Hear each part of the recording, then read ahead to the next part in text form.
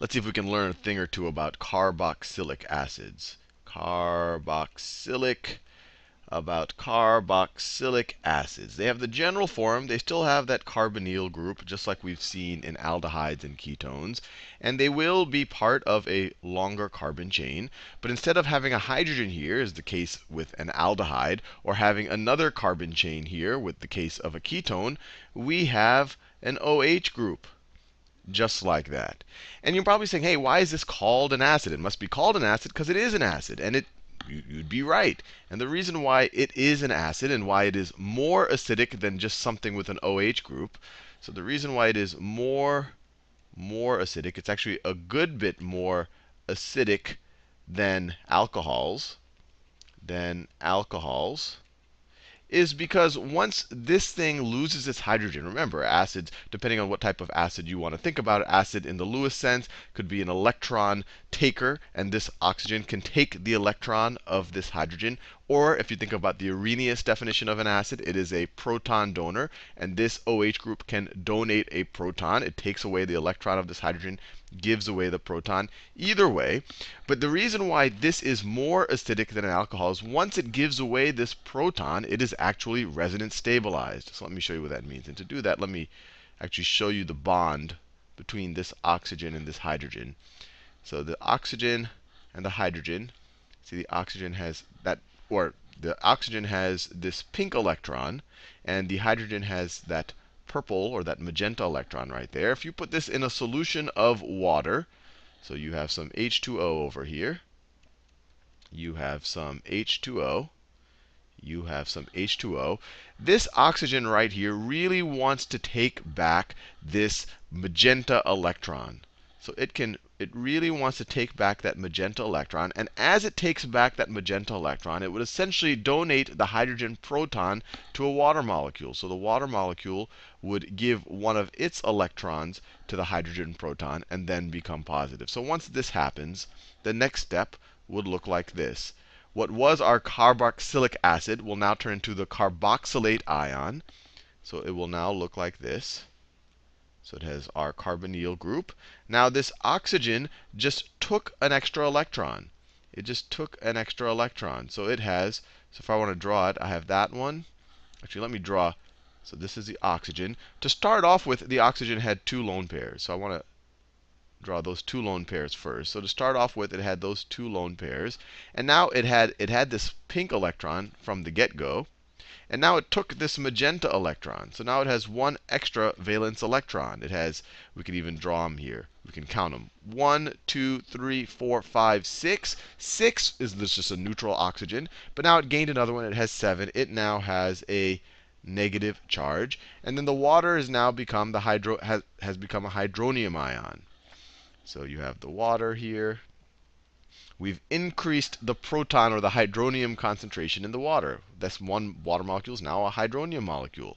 So this is now bonded with this hydrogen proton just like this. This oxygen gave away an electron to this proton, so now it has a positive charge. And this right here, this carboxylate anion, carboxylate ion right over here. The reason why this thing was a stronger acid than something that just had an OH group is because the conjugate base, the carboxylate ion, is actually resonance stabilized. It is more stable than the conjugate base of an alcohol. And let me show you that. This thing can share its negative charge. It can give an electron. It can, let me draw it. It can take this magenta electron, give it to this carbon. Then this carbon will have an extra electron. So then it can give back an electron to this top oxygen. So then it can give back an electron to this top oxygen right there. So it is resonance stabilized with this structure right over here. Let me draw the same. So it could look like this. That's too big. Let me scroll down a little bit. It could look like this. Carbon. And now this took back this blue electron. So now that one of the bonds is gone, and it now has, it started off with two lone pairs. So I want to draw that there. And now it has another lone pair. It has this electron, and now it has that blue electron right over there. And now this oxygen, this top oxygen, has a negative charge. And now the carbon has a double bond with this side oxygen. So now the carbon, let me go back to the yellow. That's the first bond with that oxygen. It had 1, 2 lone pairs to begin with. And now it has this magenta bond. So this pink electron is at this end. And now this purple electron is at the other end, or this magenta electron. And now it has a double bond with this oxygen. And we know that when you have resonance stabilization, it's not like you're going back and forth. The reality is that you kind of have a half double bond between both oxygens, that the electrons are just flowing across the whole place, and that stabilizes the molecule. And so to show that this is a resonance structure, let me put some brackets around it.